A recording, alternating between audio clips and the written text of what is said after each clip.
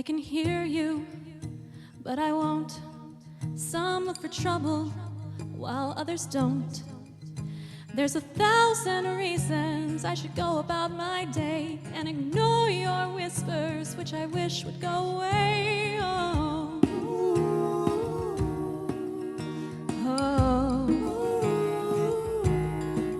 You're not a voice, you're just a ringing in my ear. And if I heard you, which I don't, I'm spoken for, I fear.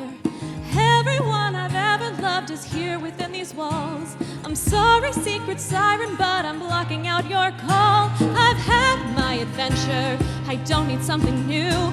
I'm afraid of what I'm risking if I follow you into the unknown. Into the unknown. Into the unknown.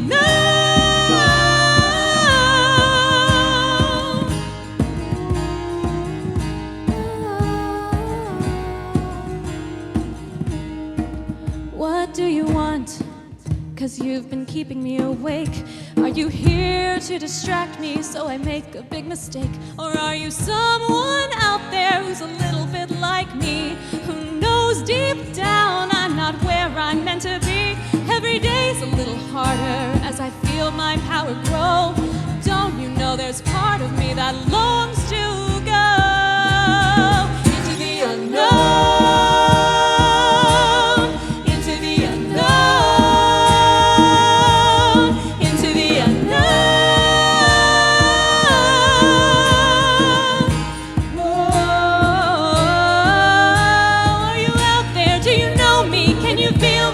Show me.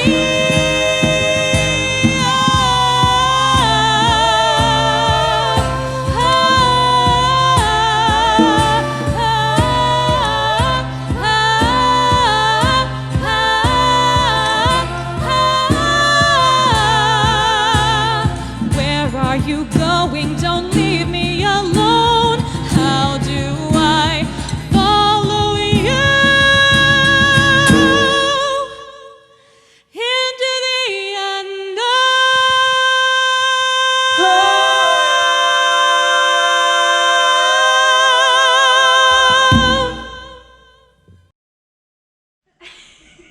Hello, everyone. Please excuse the unprofessionalism of my colleagues who can't seem to bring themselves attentively to the task of the work of God. I'm sorry, he's the one who wasn't clapping. I clapped. He was starting shit. We always clap at the beginning. In fact, one of the claps made it into, I forgot to edit it out. Nice. So, if you've been watching, there's a little Easter egg. The clap is so that we know when to sync the audio. My name is Chris Haden. I am the pastor of Kindred UMC. Hey, I'm Courtney Young, and I'm the director of community engagement at Kindred UMC. And I'm Preston, and today is so nice. That True. wasn't even a thing about you. I mean, I'm here. I think we learned a lot from that statement, though, about Preston. That today is so nice? Yeah, that's important information if you want to get to know Preston. I'd like everybody to notice I'm wearing my glasses again, because I know Preston's going to have some comment to make about them. So you can see more clearly. Yeah, you know, I can see more clearly. Courtney asked me about this shirt. It's a Mos Eisley shirt for the Star Wars fans.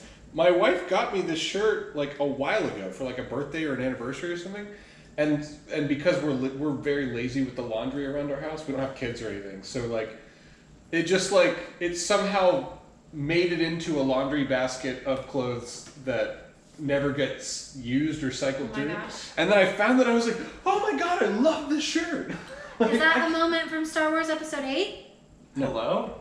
There's no such thing as episode 8. That's also a quote at the bottom too, Courtney. This place can get a little rough. That's right. It's just like a bunch of ragtag alien dudes. For some reason, I thought about, it's a line from Ghostbusters that makes me laugh. Maybe next time you won't slime a guy with a positron collider. I don't know why, but that line always sticks in my head. It's really funny. Very 80s. Bill Murray. Anyway, so we're continuing our series on first families, and we're going to be looking at essentially what is kind of the beginning of the specific Israelite Yahweh narrative. Because up until now, it's been like all the peoples of the earth. You know, Adam and Eve which are supposed to represent all of humanity. Cain and Abel, which are also supposed to represent all of humanity. And like the Tower of Babel story, all these things are like kind of like allegories for humanity and existence and the human condition. And so is the story of Abram / Abraham, because his name changes. But this is a much more specific thing about the Israelite culture that we're going to get into. Before we go into that, I always like to check in. Any things from last week about the Tower of Babel? Any questions, comments, concerns, thoughts you've had since then? I'm hiccuping. I just realized I'm not even wearing my mic. I did that too. He did that too, and he said, "Shh, don't tell Chris." I thought you noticed, and I'm like, oh, I'm gonna be back here. Well, we'll see how that audio works out. we have multiple backups. We've got GoPros, and these mics are pretty Loud? Yeah, well, they have like a large envelope, so hopefully it will work out. I also talk very loud. Now that I had time to think on that, which is always weird because when you ever have like a question come up, especially in like a class or a learning situation where it's like, anyone have any questions here? And it's not I feel so stupid for asking this. I'm not going to. Sometimes it's I had the question and it's gone because I'm prompted now. Instead of being like, and my hand's still up, and I'm like, I don't remember my question. Because part of having the question is like working. You're also simultaneously trying to work through an answer for it. Yep. Like it genuinely confounds you, and so you're like trying to work it out, and then you forget what it is. Yeah. So anyway, I was jarred. I hung out with my dad this past weekend. And I talked to him about the Bible studies and stuff, or the whatever we call these live shows. Live shows. Yeah, we forgot the show. And we were talking about Babel, and I brought up the whole, we all learned it this way, and and he goes, yeah, and I'm like, yeah, what? And then we get into the same exact discussion we had here of it's ascending off versus huddle up and build and be cooped up in your head in your chicken coop and blah blah. In your tower. In your tower. Made with well, bricks. Then make a tower because you have walls. Because you're like, what else cool can we do? So we always go into a business side of whatever conversation we're having. So that went into sending people out to go build new businesses or go expand the business or go start a branch is always so crazy that it's franchising. Yeah, but it's a decision. It's a decision to make of. Do we keep you here because you're such a vital to this business? Or do we separate from you? Or are you so good that we can't afford to keep you here? Yeah, we birth you out and then you go fly and make your own nest type of thing. And it's, where is that distinction? We just had that conversation. There's a lot of that going on with so in the Methodist church, pastors get told where they're going. They get appointed. And there's a lot of that most pastors start in the church as like a youth director or a worship director, and then at some point it's like this is gonna suck for you guys, but I'm gonna go over there now. Like you're gonna miss out on what I've been doing here, but what I'm called to, this is tying into the thing we're gonna talk about tonight, but what I'm called to is actually a more important thing, even though I can't tell you exactly what it is. Because who among us can actually tell other people what specifically their calling is? I'm a pastor and I'm not even sure I can articulate it well. And that's kind of one of the points of the story that we're going to read tonight. Yeah, the only thing that I have before we get into that is actually a plug, because actually I was we released Ryan's podcast this week. Ryan Randour. Yes. And we talked a lot about some of the same things that we talked about in the video last week. Just about having conversations with people who are different from you and how to engage that and what that looks like. And how difficult and painful that can be. Yeah. So it might surprising. It might need to be like that. Yeah. If we want challenges in a new postmodern world. So I'd really encourage you to check that out if you want to hear more about it. It was before really Preston good. goes off on another tangent. It was real good. It was really, really good. Kindred Spirits and Enneagram podcast on all the platforms that you can stream podcasts on, including Apple now, including iTunes. Sip, quick. Anyway, I just thought it was listening back to it, I was like, there's some interesting tie-ins. It's a fun little happenstance too. It wasn't exactly strategically planned or anything like that. Okay, so we're gonna get into Abram. Now, this is an important threshold because, so the book of Genesis can kind of be split into two parts, and it's like Genesis 6. When human beings what began is to happening over I there? have no idea. Oh, God. Okay. It's just, oh God. Are you trying to find your iPad? No, I just had to make I, noise because he made noise. Okay. I'm a deaf 85-year-old man, and I need it to be read to me. That voice was Wow. wow. All right. Sorry. So It's got sorry. some gravitas. I'll give him that. I don't know who it is, but Genesis 6. gravitas. Oh. Also, my voice is raspy because that song we sang was It doesn't sound that raspy. fucking hard to sing. It doesn't sound that raspy. Okay, You're good. Thanks. Thank you. The encouragement helps. I feel better now. Yeah. Huh? Okay. Yeah. I like that one even better. Not from you. Don't. It's inappropriate. We're coworkers. From you though. It's lame. We sleep together. Okay. We seriously digress. The book of Genesis one of the ways you can think about the book of Genesis is you can divide it into kind of two sections. One is like the prehistory stories, and that's the Adam and Eve, and they're far more mythological in their like the writer of Adam and Eve was not concerned with the fact that there's only two people. How could they possibly populate the earth? Like, that's not the point. It's a mythological story, you know? We're now getting into the story of Abram, aka Father Abraham, for those of you that grew up in church and went to I'm Sunday about to school. start singing the song. No. Yeah. No. Father Abraham. No. So, yeah. So, like, this is the beginning of... So bad. This is the beginning of... This is the beginning... Oh, I'm stuck in a loop. This is the beginning of You sound like a creationist. the history of Yahweh's history, like, and personal relationship with Israel. And so, like, some of this is, like, the original stories that we read are, again, not to read too literally into them, because that is problematic. They weren't intended to be that. But, like, one of the things, before you can solve any of the, like, sin problem on the earth, you have to explore all the options. And so, like, we've got this, like, well, what if we just made them good? Well, if we give them free will, they deviate. And then they kill each other, like brother kills brother.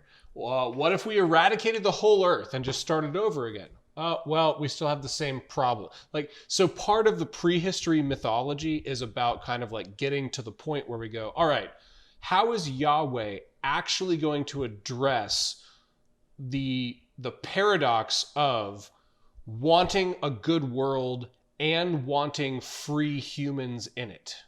Like, humans who can make their own choices about things.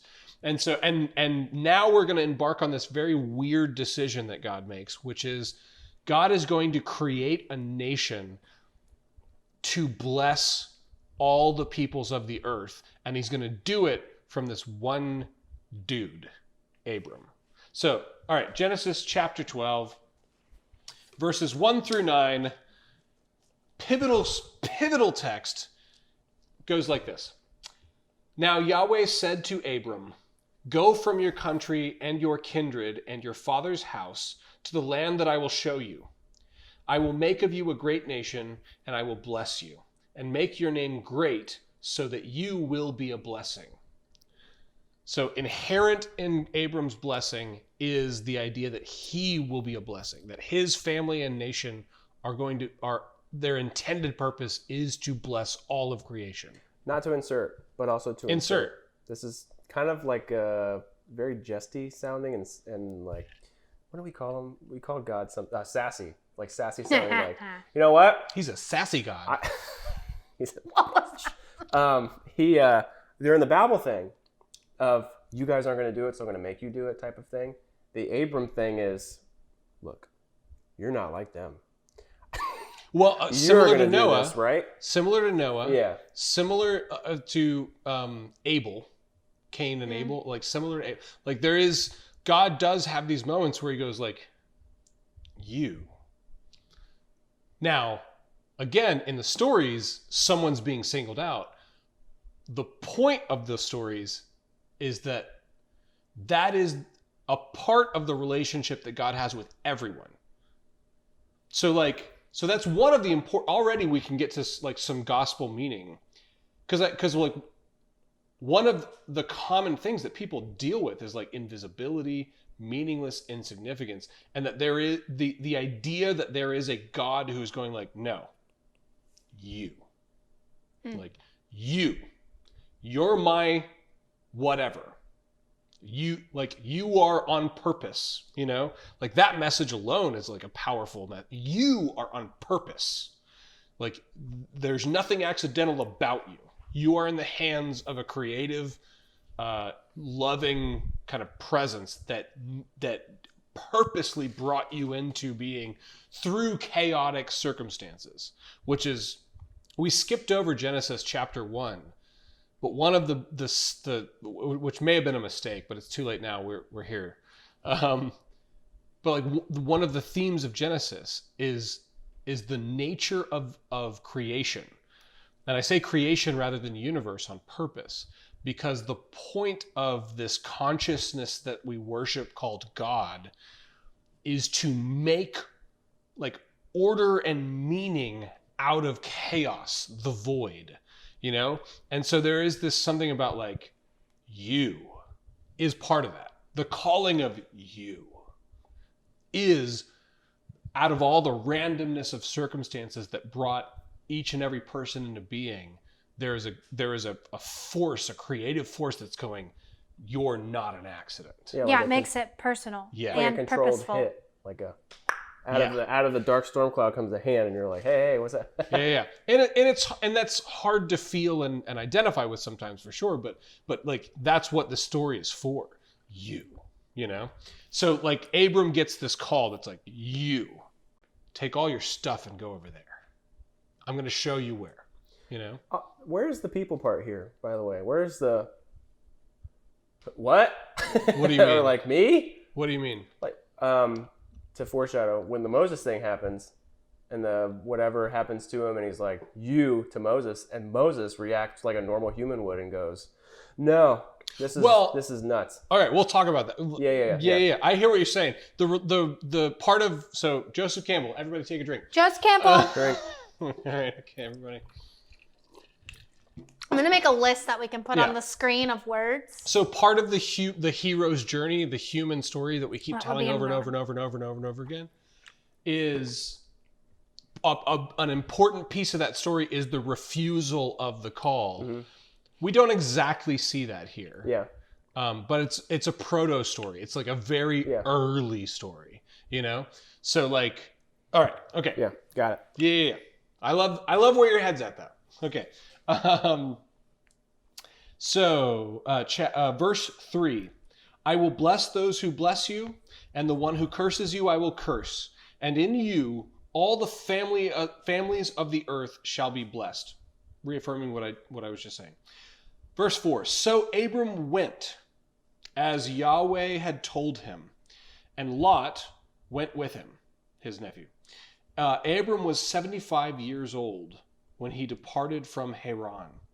Abram took his wife Sarai and his brother's son Lot, his nephew, and all the possessions that they had gathered and the persons whom they had acquired in Haran, and they set forth to go to the land of Canaan.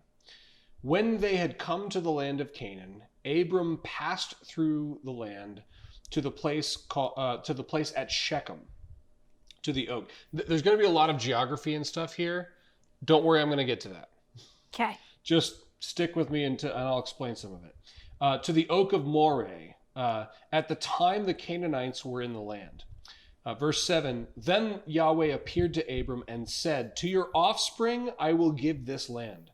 So he built there an altar to Yahweh, who had appeared to him. From there he moved on to the hill country to the east of Bethel and pitched his tent, with Bethel on the west and Ai on the east. And there he built an altar to Yahweh, the Lord, and invoked the name of Yahweh. And Abram journeyed on by stages towards the Negeb. Now there's a lot of like geography. Yeah, there's a lot of big like country words. Here's the thing to understand. Is that the reading? That is it. We're Okay. done. Yeah. Cool. Done with the text. all of those parts. So this text was written thousands of years ago, and the New Testament and later books were written. This is one of the first things that was written. All of the places that Abram stops have significant meaning. One of the places, the Oak of Moreh, one of the places is where one of Abram's descendants is going to bury the idols that his family worships and commit himself and his family to Yahweh. Like, and it's like it's another story that happens later in the Bible. Okay. One of the places is where Jacob digs a well, and that's this. I'm such a sucker. The woman at the well story means so much to me. Jacob's well is where some Samaritan lady, thousands of years later, is going to meet the Messiah, and it's going to change her life. And like all these places that are being mentioned have serious historical meaning, and this story was written before any of those stories were written. So it's like usually when you find something like that, the stories, like, somebody's already written all those other stories, and then they include this historical stuff to make it seem like there's a trend going on. This is one of the rare occasions where there's that story was written, and then all of these important things happened at all of the places that are mentioned geographically in Abram's journey. So the reason I think that's so important is because, like, this guy Abram builds an altar and worships Yahweh for what he hasn't done yet. So the breakdown of the story is there's this old guy, he's in his 70s, and he's lived a full life, but he doesn't have any children, which is a big deal for Hebrew culture. He and his wife are barren, and he's got a nephew. Like there's something in that about, like, this, a little bit of a sad life. He's lived, and he's kind of at the end of it, and he has this crazy inclination where God calls him out of that. And a lot of people tend to make that into something that I think is bigger than it is. Because all the calling really is, hey, gather your stuff and go over there. And that begs all kinds of questions. It begs questions like, well, why? What's over there?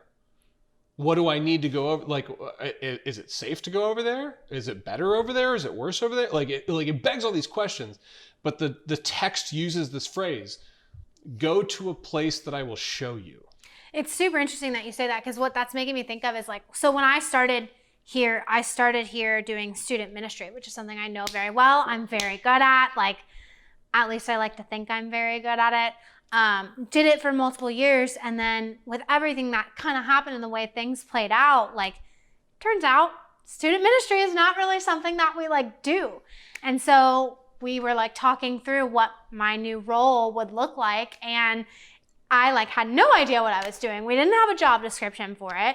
We didn't have, like, the stuff, like, for me to do. We kind of just had to, like, well, we need this, we need this, we need somebody to, like, get to know people and get them connected. We need somebody to, like, do social media. Like, you're naturally good at these things. Like, this is what we need. If you're willing to accept it, I'm willing to.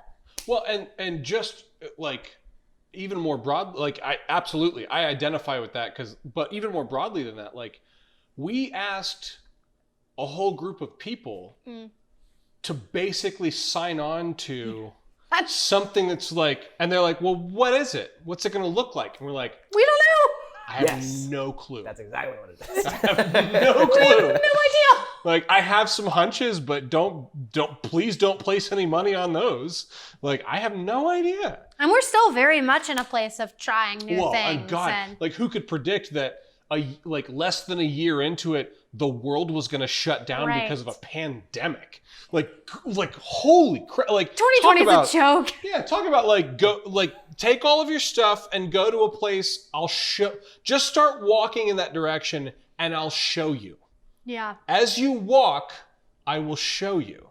Like, and so you're tapping into one of the, I think, the most important things about the Abram call story. And again, this is like, it's a very pivotal kind of titular story for the Israelite people and the Christian faith. It's a big pivotal thing. And so people have a tendency to like blow it up, but really like it boils down to like the things we do all the time. So like the things we're naturally good at. Well, the things that everyone has to do just to like go about life. So here, one of the examples that I came across this week that I thought was a really, really good example. So there was this guy, he's like a young man back in the 70s, and he's he's like kind of a lazy, not lazy, but just not really a go-getter kind of guy.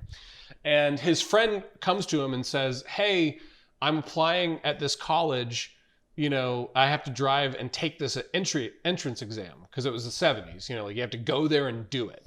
And he's like, would you please come with me just so I don't have to do it alone? Like, drive with me, be in the room with me, please.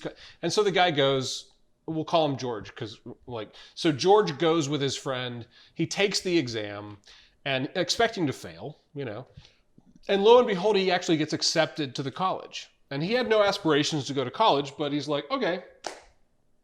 And like, well, if I'm accepted to go to college, then I might as well. Now, his father was like a working man, and George was like an artisty kind of guy. But his father was like, you're not going to get an art degree. I'm not paying for that. Like, that's not a way to make a living. Understood. Yeah. And so he's trying to navigate that. And he's like, well, what about anthropology? I'm kind of interested in that. And what about and he ends up kind of like settling on like, well, what about, there's like a photography. That's kind of like in the middle, like you can take a photography class. You can like master or get a degree in photography. And so he goes, and it turns out that it's not photography at all. And like his dad, he gets into the college and he does it. It turns out it's not photography at all. It's actually like cinematography. It's a lesson on like how to make, and not just cinematography, but like cinema, like how do you actually make a movie? And so he starts studying and learning this, and he gets some kind of like assignment where he has to do something, and like he finds that he gets really into the assignment, and he makes like a minute-long movie. And again, this is back in the 70s where like the equipment's harder to use than it is now, right. And he makes this like animated film, basically. It's like a minute long. And all of his professors are like, this is actually really, really good. We'd like to submit it. And they submit it to like film festivals. They've submitted it to like 40 different film festivals where it gets accepted. It wins all kinds of awards. Like, and he's like, so we have this guy who was a lazy kind of, like, he wasn't interested in anything. And he's like, whatever. And then he like stumbles his way into cinematography. Long story short, he goes on to make Star Wars and Indiana Jones. I had a feeling this was going in that direction. I'm like, Walt That's why I wore the we'll shirt. call him George. That's why I wore the Mos Eisley shirt. It's George Lucas. That's George Lucas's story. I had a feeling. So lazy was the right word. Yeah, well, now we can, like, don't get me wrong. I can complain about the prequels for a long time. But, like, the movie Star Wars changed my life. Indiana Jones, like, those are some of the greatest movies that have ever been made. And obviously George Lucas has, for whatever your opinion about him is, he's definitely found a calling. For sure. And he's just like stumbled his way through. We could say the same thing about the producers of The Bachelor. They found a calling to produce a beautiful TV show. To produce drama. To produce She Doesn't Like You. Roll it. Here we go. Well, so it got me thinking about my own life. Like, I've stumbled my way through from one. Like, I started off as a volunteer. Like, so there's a story for me. I was in 8th grade. Friends were all kind of bully assholes. Like, they just weren't. They all are in middle school, aren't they? Yeah, it's really bad. I came from divorced parents, abusive home life, yada, yada, yada. Mom with mental illness, doing her best, but like her best is rough. It's painful, And I remember just being like, we were in a drive-through at McDonald's, and I was sitting in the car, and she was driving, obviously, and we were talking about something, and I said something along the lines of, I just feel like my life doesn't have any meaning. Like, I don't see where it's going. It's like, and she was like, what do you mean? And I said, well, I hate school. And so I'm going to go to middle school for the next however long. And then I'm going to go to high school. And then I'm going to go to college. And then I'm going to get a job. And then I'm going to die. It's like, it was like That's very 4 of you. It was like, well, I'm a middle schooler too. Like, and so for a middle school parent to hear her like 11, 12-year-old son, like that's a pretty scary thing for him to say. Right. Now, she had recently started because she plays viola, or played viola really in high school. And so she'd kind of gotten involved with this church orchestra. And she had heard about this church that does kind of like cool things with teenagers, like that they have like a good youth program and yada yada. But you know, she didn't know. And so she like in desperation just kind of throws out to me, the church music program has a choir. Like, do you want to try and join the choir? Like, what just such an absurd thing to say to a middle school boy. You know? Unless you're into it type of thing. But randomly. Well, for some reason, I was like, that sounds like fun. Now, some of that is because music was always in my family. It's in my genes. Like, I'm not the greatest musician in the world by any means, but music has always been a really integral part of my identity. You're saying it wasn't the choir part that pulled you. I think it was the music and then being a part of a group. Like being involved in a community. There's all kinds of things going on there that I was like, it's not necessarily the word choir. choir. I'll try that. Yeah. You know? Yeah. And that step by step by step by step by step by step by step, I'm a pastor now. like that's crazy. Like, I have a master's degree in divinity, and I have been commissioned by the Florida Conference of the United Methodist Church to like deal with people on a spiritual soul level. Like, the idea that it starts with this, like, well, there's a choir. Do you want to maybe try that? Yeah, it starts with a step. It's not always a big grandiose jump. Hey, get all your stuff and just go that way. Start walking. It's like, I had no idea where that was going to end. And if you had told me in that moment, if some celestial voice could have like spoken, here's where this leads, it wouldn't have made any sense to me. Like, not only would I have been like, fuck you, but like, it wouldn't have even like, I don't even think I would have been able to generate an emotional reaction to it, because it would be such an absurd story that they told. And like, that's the nature of calling. Like, hey, what? And like, we try to make it into this thing that's like, Abram had the courage and the faithfulness to gather up. Like, no. He was old. He had no kids. He was probably bored. He was probably wondering, what's it all about? Where's it all going? And in that curiosity and that angst and that, like, is there anything else? Something spoke to him that was like, have you tried going across the horizon? Have you tried going just over there? I was like, well, what's over there? I'll show you. You'll find out when you get there. Like, just gather your things and start walking. I feel like that's such like a interesting way of looking at it too, because I feel like when we talk about making like big grandiose jumps, or like when we like hype up this story, like you were saying, like for me, like hearing it told that way, hearing it told like in church growing up, like I get kind of anxious, and that like there's a lot of anxiety in that. I'm like, what the fuck do you mean you're gonna show me? Like, right, yeah. What? Like, it's a scary kind of and calling. you take the anxiety off of it a little bit when it's like, no, just start walking. No, just go over there. Right. It makes it seem much more like realistic. I don't want to say easy, because it's not easy, but it makes it seem like more like approachable, if that makes sense. Absolutely. Well, it's a narrative about the small things that have to happen in every single person's life. So like, it's a journey. Well, so another really great example for me is like, so my wife, Francisca, we used to go to the same dance hall where, because we learned Lindy Hop. She's a ballroom dancer, and I learned like jazz dancing, Lindy Hop, jitterbug, that kind of stuff, and the social lead follow stuff. The first time I met her, I was like, I mean, she's pretty, she looks good, she's a good dancer. That's as far as it was. That's as much as I knew. And then like through one act of like, I think I'm gonna go over there. Right. You know, like, and like there's something about the nature of like human stories and human life that's like, I think I'm just gonna go over there and check out what's over there. And like, here I am, married. You know, like married with a life that we've built with a partner, like how, like the way that things can go is astonishingly, like miraculously wide and beautiful, you know? And now, of course, it can also go bad, and that's the risk. Like, you're right. But like, that's also part of the story. Because the calling to Abram is take all your stuff and go over there. And then the rest of that sentence is God saying, and I will make you a great nation. I will bless those who bless you. I will curse those who curse you.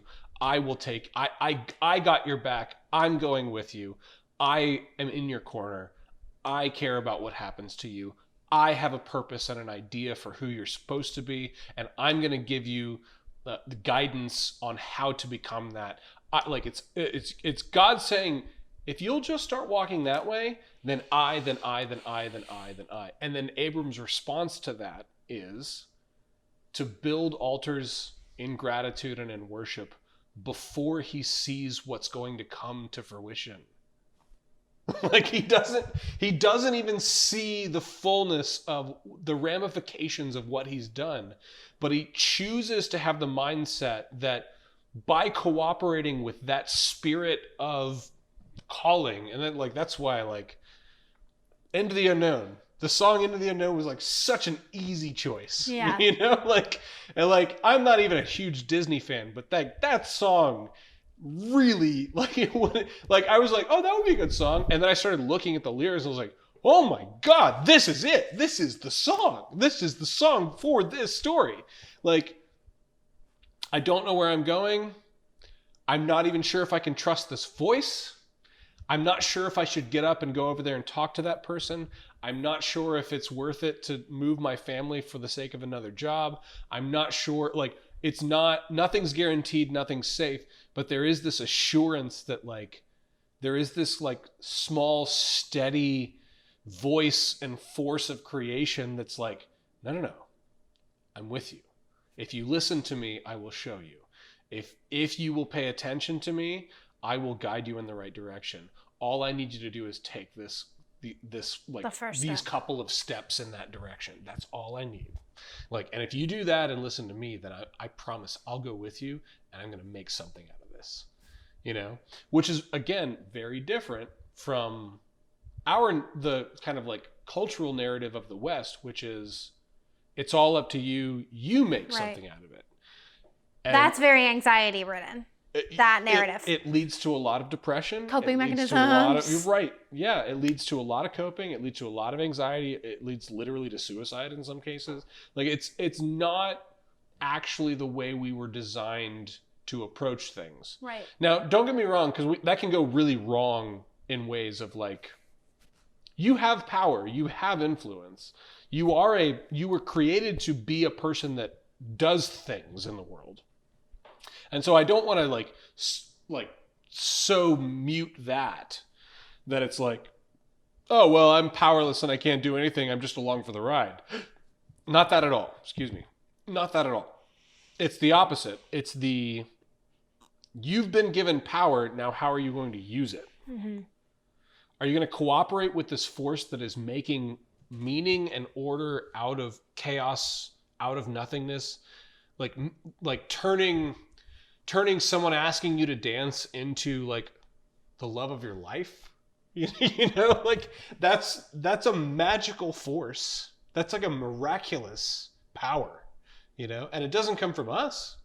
Like that comes from somewhere else, you know, And when we lean into it and cooperate with it, it can take shape, and it can lean us into things that we would never have the courage to do otherwise, And it all starts with this one little thing. It's like, hey, what if you're bored here? This isn't working. What if you just took your stuff and started walking that way? Do you believe me? I'll go with you. If you believe me, I'll go with you. It's this weird little small invitation that actually has profound implications for everyone's life, and of course there's the bad side of it is when we say no to those callings, and when we give in to cowardice and fear, and when we decide that no, it's not worth the risk, I'm not going to do it, even though there is something really internal and spiritual that's prompting us that way. When we say no to that, and usually that's what coping mechanisms are. They're ways to shut down those voices, those the heartfelt sincereness of who we are. Coping mechanisms shut that down because with that comes pain, But when we lean into that, we're like, it is scary and it is painful, and I want to know what happens. I want to know what's over that hill.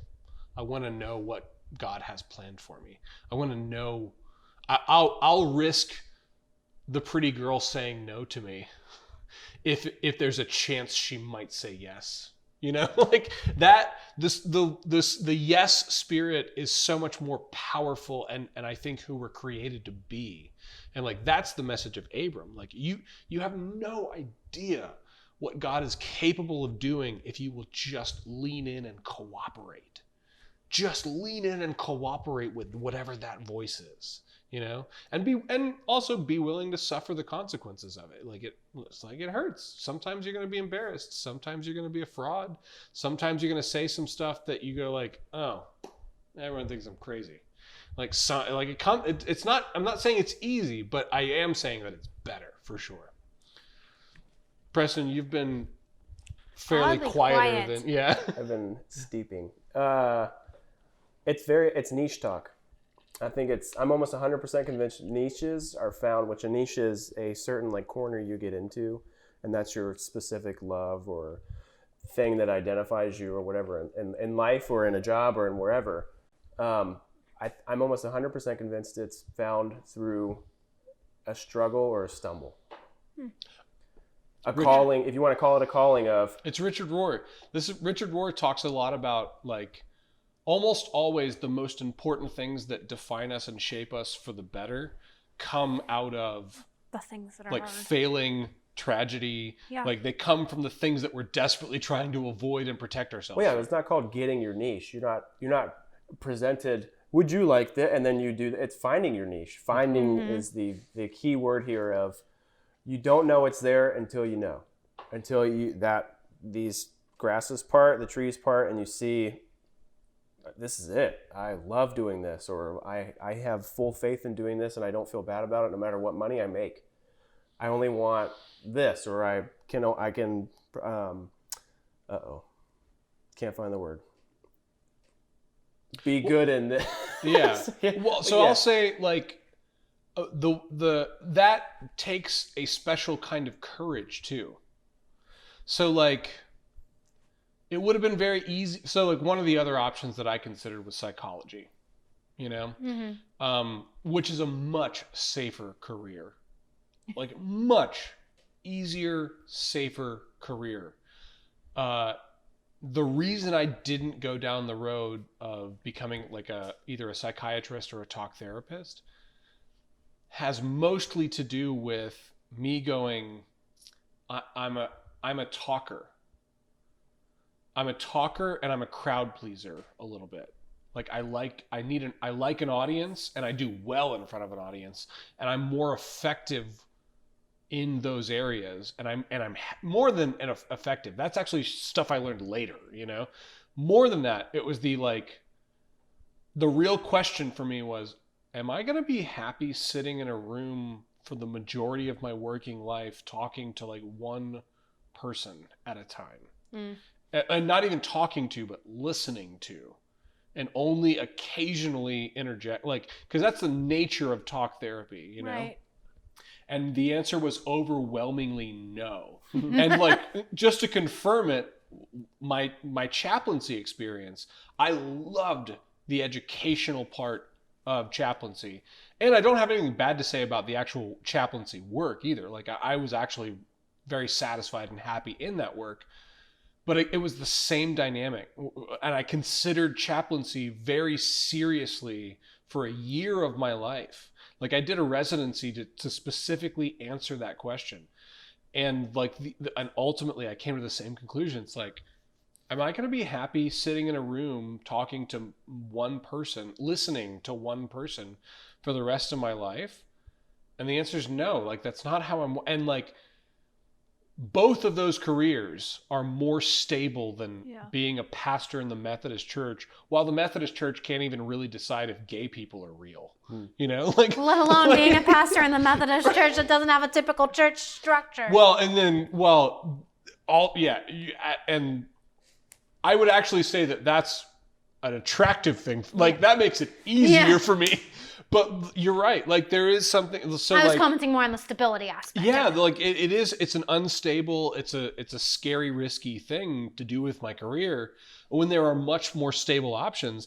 But like, I can't imagine doing those jobs. Mm-hmm. I can't imagine like so with quarantine and just all of the, like, I've been struggling recently with a lot of stuff. And, have you? Oh yeah. You have? Yeah. And as an extrovert and all kinds of reasons for me to struggle, and like trying to kind of navigate my way through it. I would feel that way like every single day of doing any of those other jobs. Yeah. Hey, jerk, turn back on.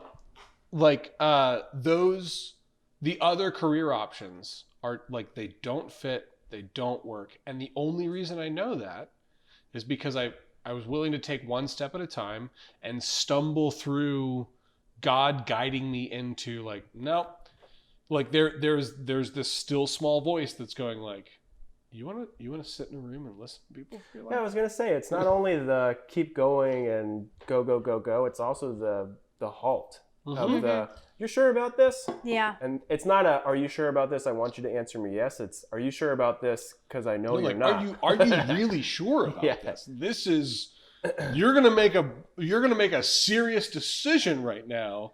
For you and for someone else right. every day. This person leaves you and takes your advice, and I mean, talking in the psychology lane. But you can also attribute it to home life, and I'm going to gush on someone that's sitting next to us. This one, with her and her husband, who her husband, Matt, has always been Mr. In the Shell, Mr. Turtle, would love to just stay at home and play games or make videos or whatever. And then this one's Miss go out and do things. And at home, they've just meshed into this good hostship, whatever you want to call it. Your apartment is like a hub. Yeah. Of a bunch of different people. But coming from, you were living with your parents before and like kind of got the apartment before the marriage.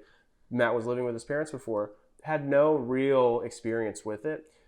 Going into the career talk of, you get into something that you're called to do or your niche. And it's not something that you go, oh man, I just feel good doing this. Sometimes it is. Other times it's... If you get that, it's very lucky. Yeah. Other times it comes natural to you and people tell you about it and you go, oh, I wasn't even thinking about that. That's how I feel like it is most often for me. Yeah, but bad hosts are either overexerting or underexerting. Do you need this? Do you want this? Or they're off sitting on their own in the bathroom or in their room and you're like, hey, I'm here type of thing. Instead of the guests, what are we doing? It's the host kind of leading or at least letting everyone sit or whatever. So just to not tie it into a career or a job or a capitalism thing, more like if you keep it at home, you can find your niche thing too. Absolutely. Like this spreads into all kinds of, like, nobody gives themselves permission to really listen to, not nobody.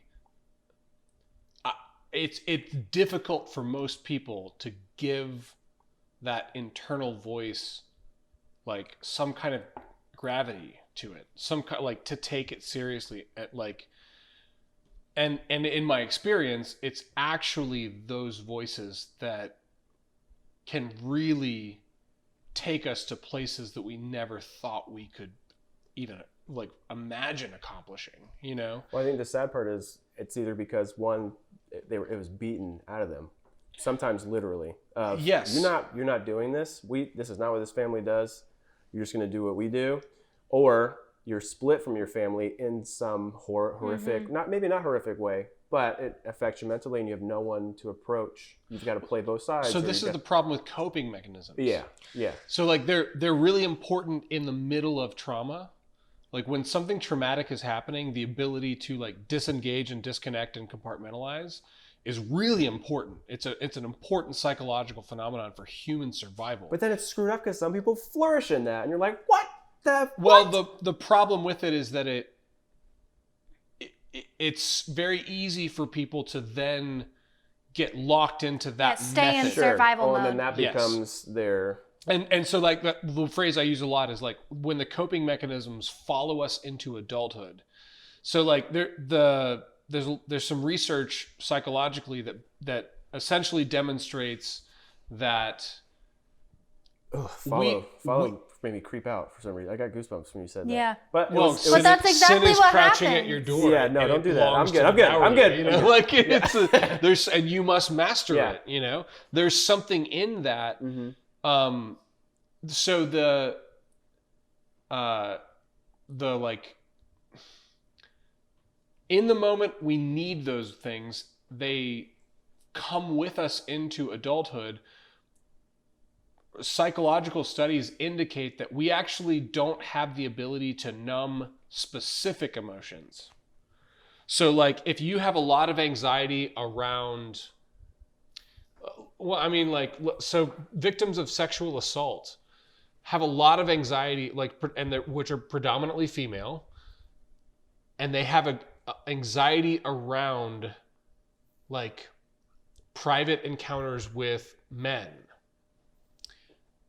Their anxiety is like simultaneously traumatic and also helpful because it's like keeping them safe. I was going to say quick. It turns into this weird, one coping mechanism is to like kind of turn to, I don't like the word promiscuous because it has like it has a judgment. Right. Kind of. And you don't mean it that way. I don't mean it to judge, but they turn to like being very sexually involved, I guess. And they're kind of like claiming sexuality as a coping mechanism. And of course that can lead to very dangerous things. Like that can lead to disease. It can lead to children. Like making, God, That too. talking about dangerous things. But it could also lead to like making really rash, unsafe decisions that are likely to lead to another like encounter with like assault, right. You know? And so like that's one way is to like a coping mechanism that is like, I'm doing this. It's not being done to me. I'm doing this. Another way is to go the opposite way where like all men are bad, can't trust anyone, always protect yourself. Anyone who expresses interest in you is the enemy because all they want to do is take something from you. Sounds like zeros and ones. Well, so these are kind of typical reactions to it. Now, in the moment, those are actually really helpful. Like those are impulses that will help you survive and keep you going. But when you don't go back and address, which is incredibly painful, to go back and address the initial like encounter with abuse, or in lots of cases multiple encounter, to go back and really be in those moments and to this is another way in which we are all called like, hey, when are you going to go back to that moment where you lost everything? Like that's another still small voice call. I need you to take everything you know and everything you think you are, and I need you to go back to that room where that thing happened. Like, it's like, no! Like, no! I'm not going there! Like, it's like, go to the place and I will be there with you, and I will show you. Once you're there, I'll show you. Like, that's going to destroy me. Like, of course it will. Like, but that's why I'm fucking a Christian, and like yes, you're going to be destroyed, and then you're going to resurrect. Like, yes, you're absolutely right. This is destructive power, but you're in the hands of a God who makes life out of destruction. Like, that's why I'm going with you. And that's why I hang on a cross, so that you know that I am not even remotely afraid to go with you into that. Like, I'll hang naked on a cross for like 24 hours and die suffocating just so you know I'm going with you. Like, I'm going with you into that room. Like, and there's something like really profound about those small voice callings that remain persistent, that just keep kind of inviting, like, hey, when are you going to look at that?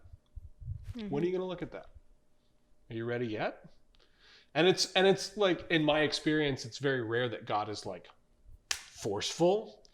Like, it's almost always like God seems to have a really high respect for freedom and free will, and like the choices that people make, God seems to respect a lot, and as best I can tell.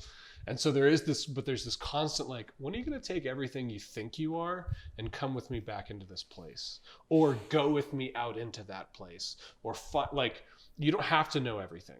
That's the point. Like, if you knew everything, then this would require nothing from you. It really attributes to this. That's not a verb, but it is now. It really attributes to a finding meaning type of thing. Talking about this again, but saying your problems, whatever, the comparison should not be a thing. Describing them to someone, or even telling them to the person that caused them, feels like you are playing victim, or I need you to hear my side of the story, which is so much more important than yours. It's all comparison and competition minded stuff, instead of I need this out for me first, and then let's address this later type of thing. But we get so caught up in, I'm stupid. Well, we're addicted to the external stuff. Yeah. You know, like that, and that, again, that's the narrative. Like, there is a like secular and like spiritual competition. Yeah. And the secular paradigm always values the external and the measurable, kind of like, how much money do you have? How strong are you? How attractive are you? I'm going to do it right now. Both of you have better meaning stories than I do.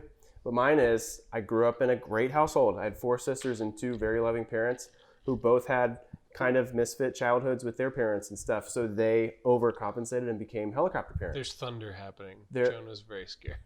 Where there's thunder, there's rain. But my whatever coming out experience was, I don't like helicopters. I'm done. I'd rather do airplanes and be by myself. So going to college, I'm not going to UCF. I'm not going to be near you. Well, why? You can just stay here and not spend money. That's not the problem. I don't want to be here with you. I want to be me by myself somewhere else. Not being selfish, but I am. You can't be there with me. Well, I think a lot of people call self-care selfish. Yeah. Yeah. Whatever. It's just thrown into the same bin. Yeah. So now I come home and I stay with them for a little bit for 3 months, and then I get isn't this nice? Isn't this nice for you to be here with us? And I'm like, no, it's not. Not for me. I don't want to be Not here nice for at me. all. Well, that's very rude. It really is, and I appreciate everything, but I'm leaving. You asked.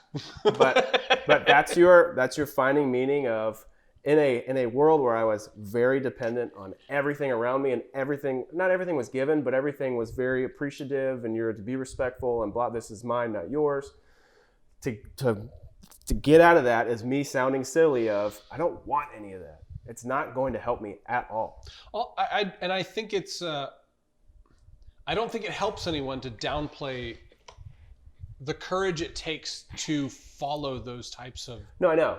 You know what I mean? That was a joke here. It's like, I'm going to do it myself and see if we can pick it out. It's a really hard thing to do. If it was easy, then it would just naturally work all the time. And it is traumatizing, because now I'm like, what if I made them cry at night? And now they think about this all the time. And now there's a serious cost with all of it too. Like, it's not to say, so like, again, the Abram call. It's not to say that it was an easy thing to do, to uproot his life and go to a different place.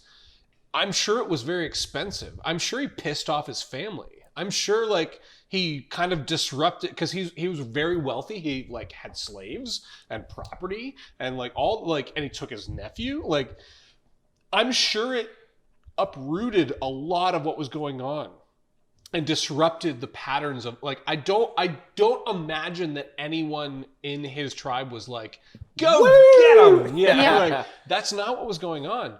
But we are literally sitting here today. I'll speak for myself. I have a relationship with as best I can tell, a conscious force that wants good for me and is leading me in good and loving directions.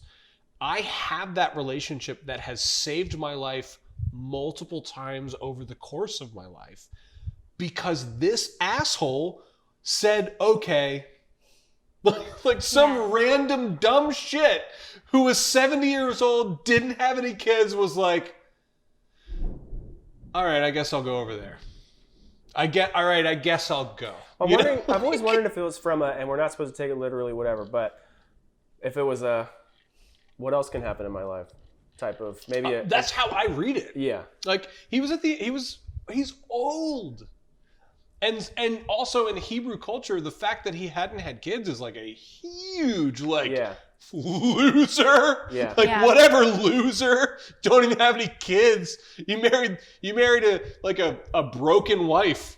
You dumb shit. Like that is a part of that culture. And like so the idea that some voice is like, if you go over there, I can help you with that.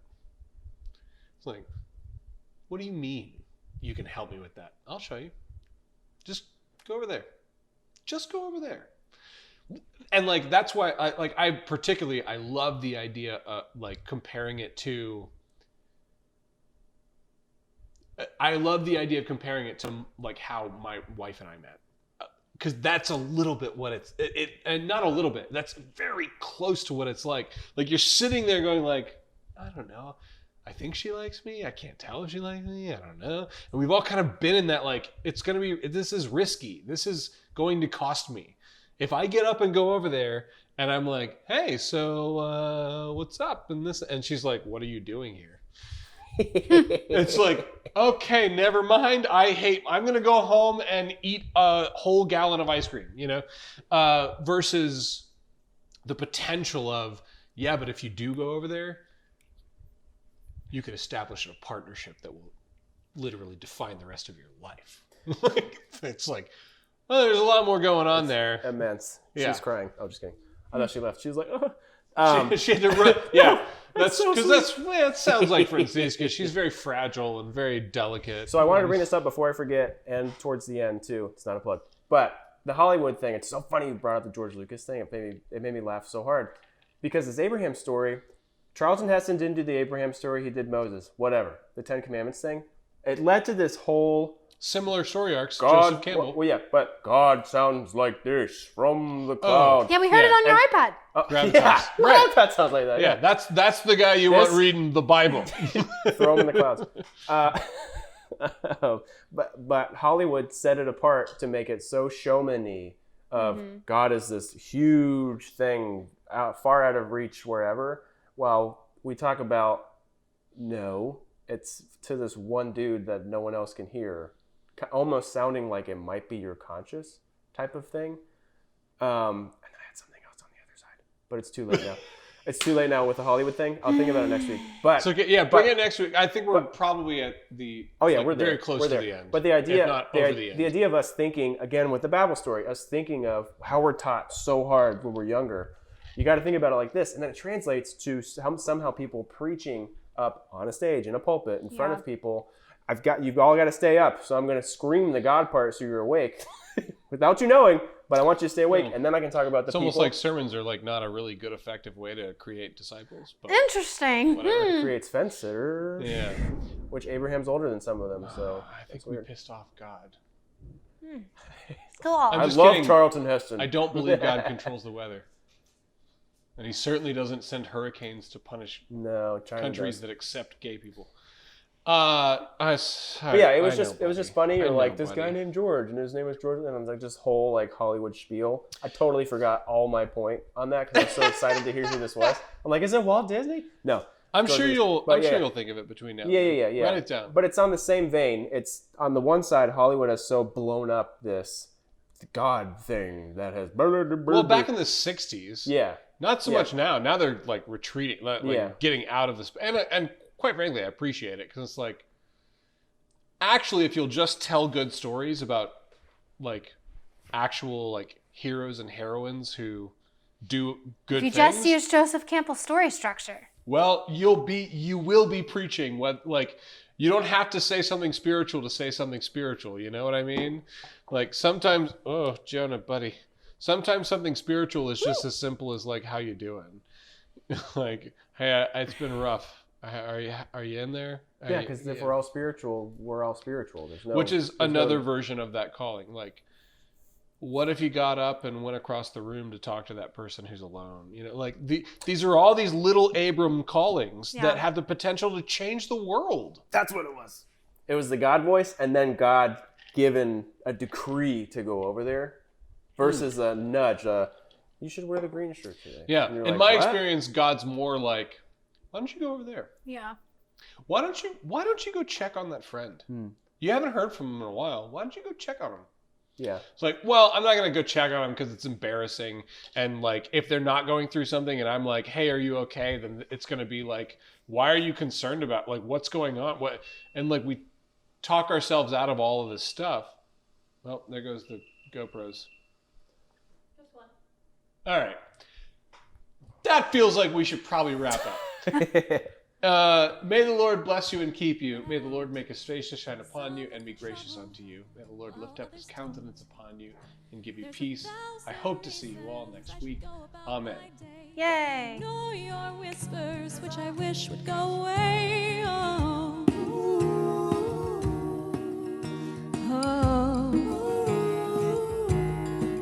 You're not a voice. You're just a ringing in my ear. And if I heard you, which I don't, I'm spoken for, I fear. Everyone I've ever loved is here within these walls. I'm sorry, secret siren, but I'm blocking out your call. I've had my adventure, I don't need something new. I'm afraid of what I'm risking if I follow you into the unknown.